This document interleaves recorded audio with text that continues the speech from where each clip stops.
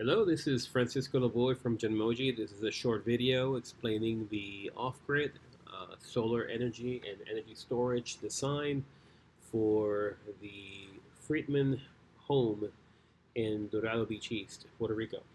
And so what you're looking at here is basically what the property looked like before the current renovations, the ones that are already being made.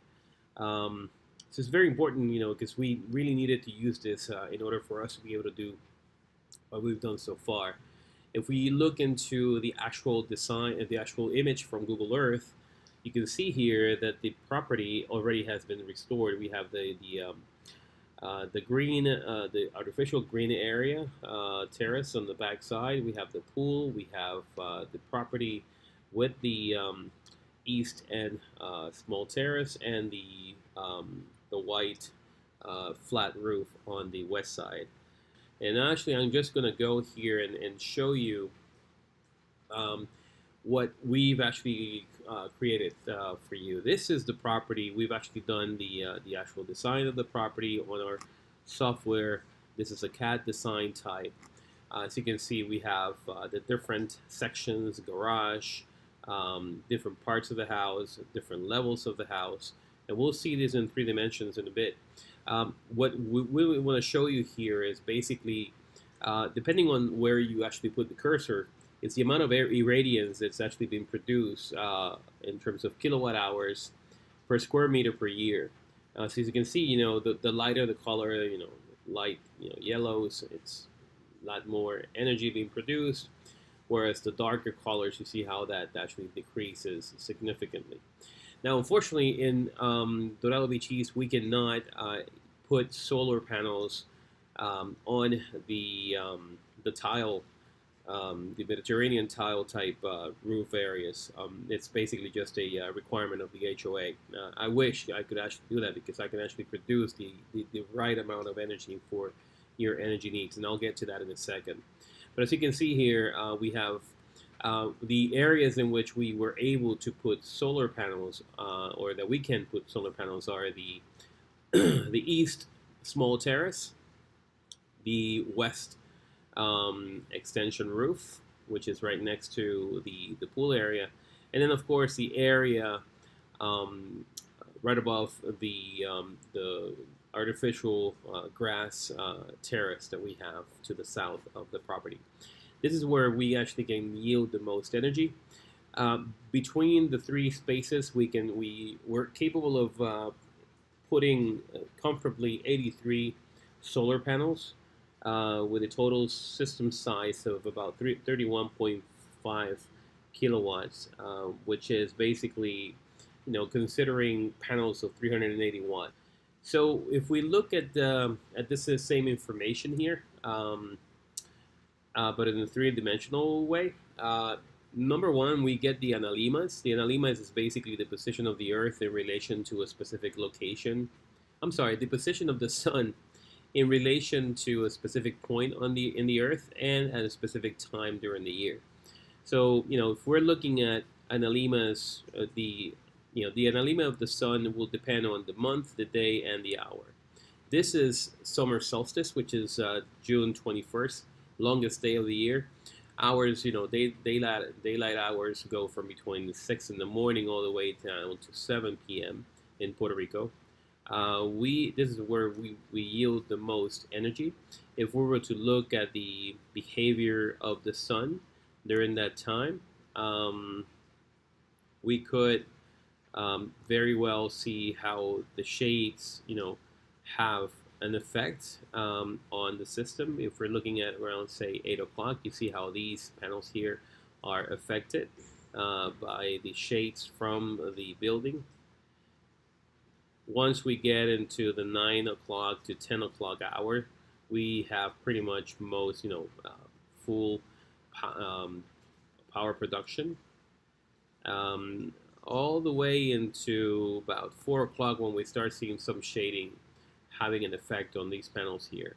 But then again, the amount of panels that are affected based on the obstruction created by this part of the house is it's negligible compared to the size of the system.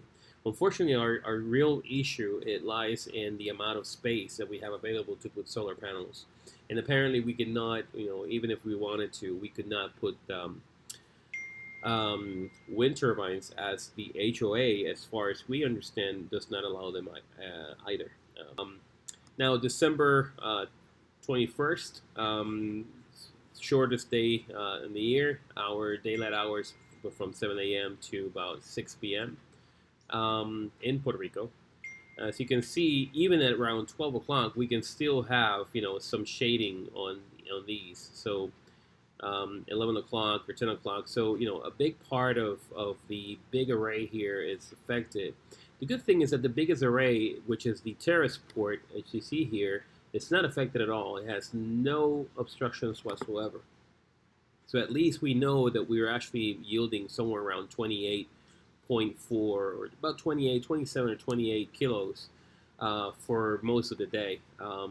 Unfortunately, these are the areas that are mostly affected, which actually drives the energy generation to about 31 kilos. So then, but it's important that you understood that. We're looking at basically where the sun is in relation. You can see here that the sun during the winter solstice has a path which is much more southern path, rather than during the summertime where the sun happens to be, takes a much northern prompt trajectory. And of course, that being said, that means that there's more power generation. The good thing about the winter solstice in Puerto Rico is that it is usually the dry season in Puerto Rico. So actually, the numbers that we should get should be better than what we get here in the software, based on the climate situation. And we're hoping that Aurora will actually make some revisions on their databases. And as you can see here, I'll show you, and this is where we have a little bit of a concern.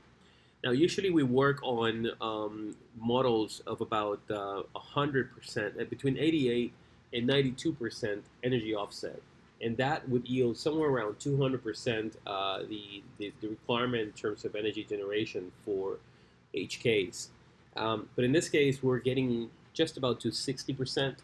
So we're a little bit concerned that we might not be able to cover all the energy needs if we consider that the whole house is considered critical loads. So we're going to have to segregate some of the energy.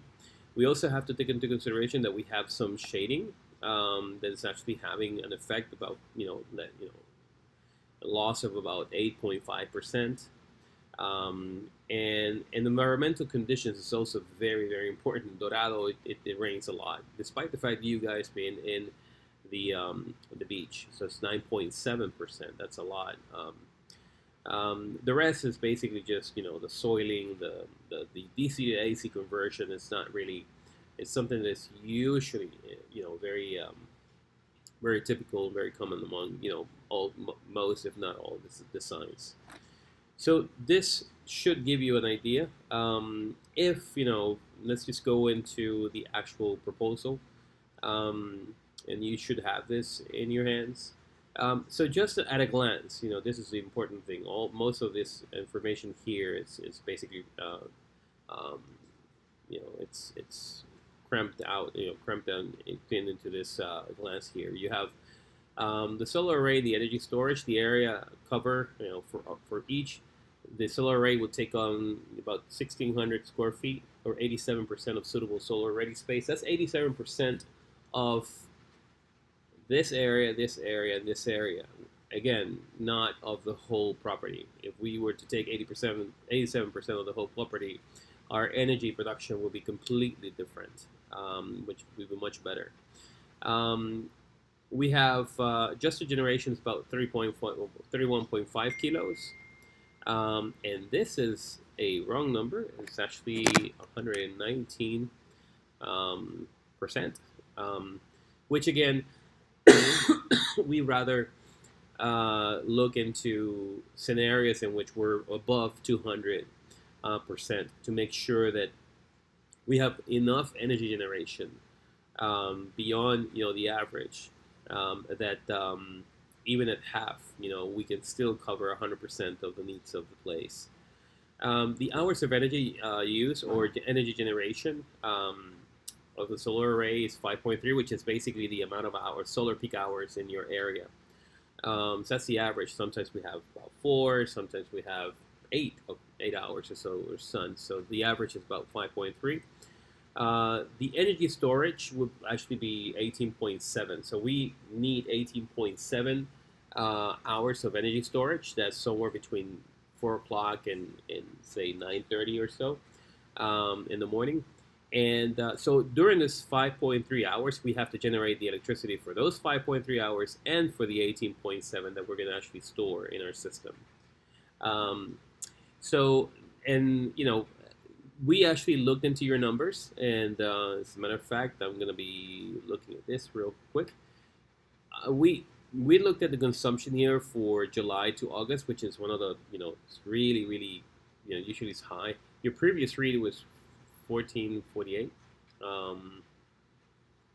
and then the current is 1527. That gives you the consumption, average consumption of 6.3 kilowatts per hour.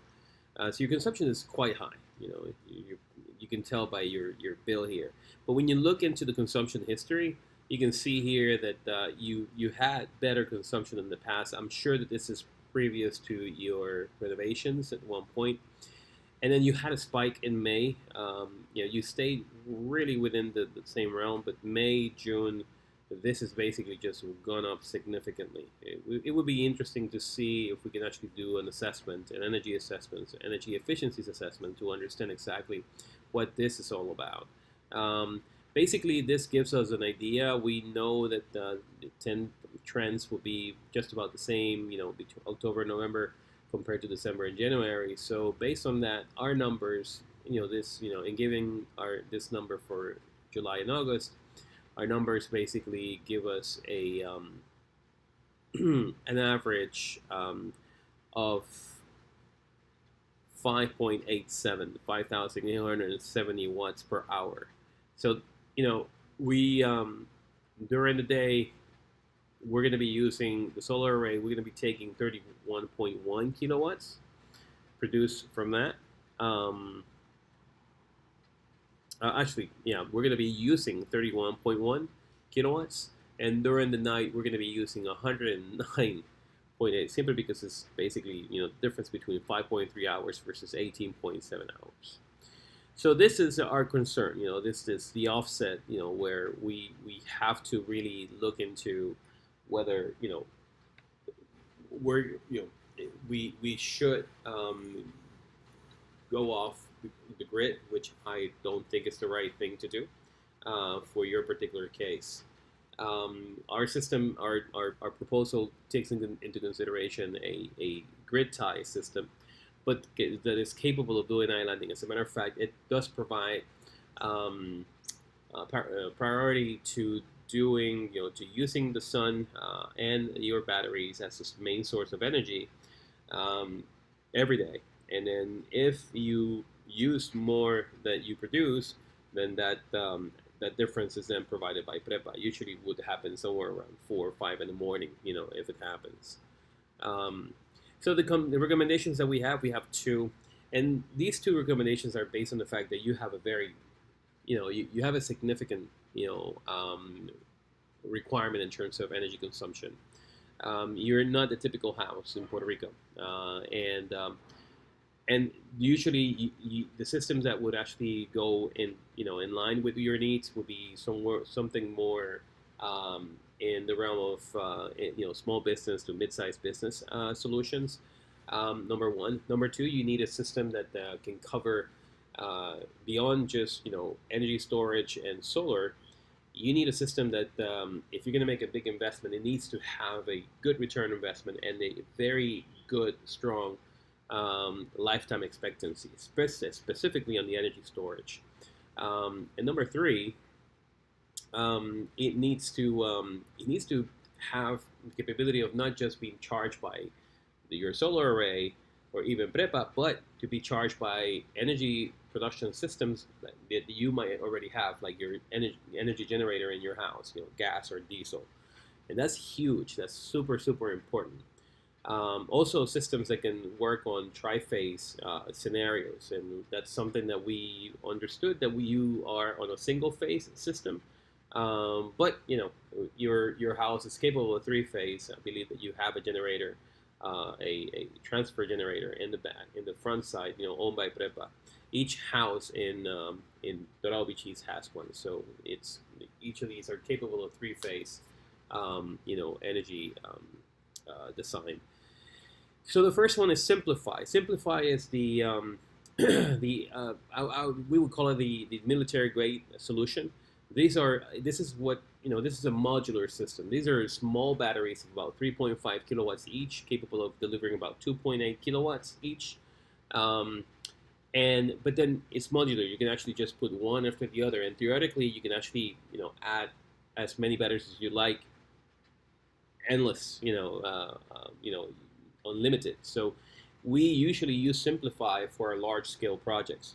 But the good thing is that it's modular, so you can start small. You can actually add more batteries as you move forward, as you grow, or if you're on a budget, you can start small and then you can continue, every month, every 2 months or so, buy another battery until you actually get to that number that you need. And this is a 112 kilowatt lithium ion ferrous, and that's very important.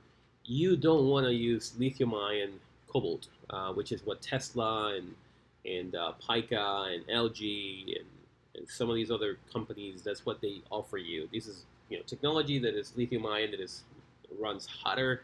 It's not as efficient. Usually they have a life expectancy of 10 years. In the case of Simplify, if used correctly, which is we design it in a way that the depth of discharge, the depth of discharge, for a daily basis would not go beyond 80%. That means that this battery can actually last you 10,000 cycles, and 10,000 cycles is the equivalent of 36 years before you can start seeing degradation, or inefficiencies beyond or below 80%. So this is what the military uses. This is a great, great product. And basically we're looking at 84 solar panels, about 380 watt each, and 40 of the simplified lithium ion ferrous energy systems, with a total of $241,230. The second option is the Blue Ion 2.0. Same technology, lithium ion ferrous phosphate. This is not a modular system. These systems are basically just multiple batteries put in like a server rack, type solution. And each of these will be about 16 kilowatts. So when we're looking at around 7 of those to do 112 kilowatt hour energy bank.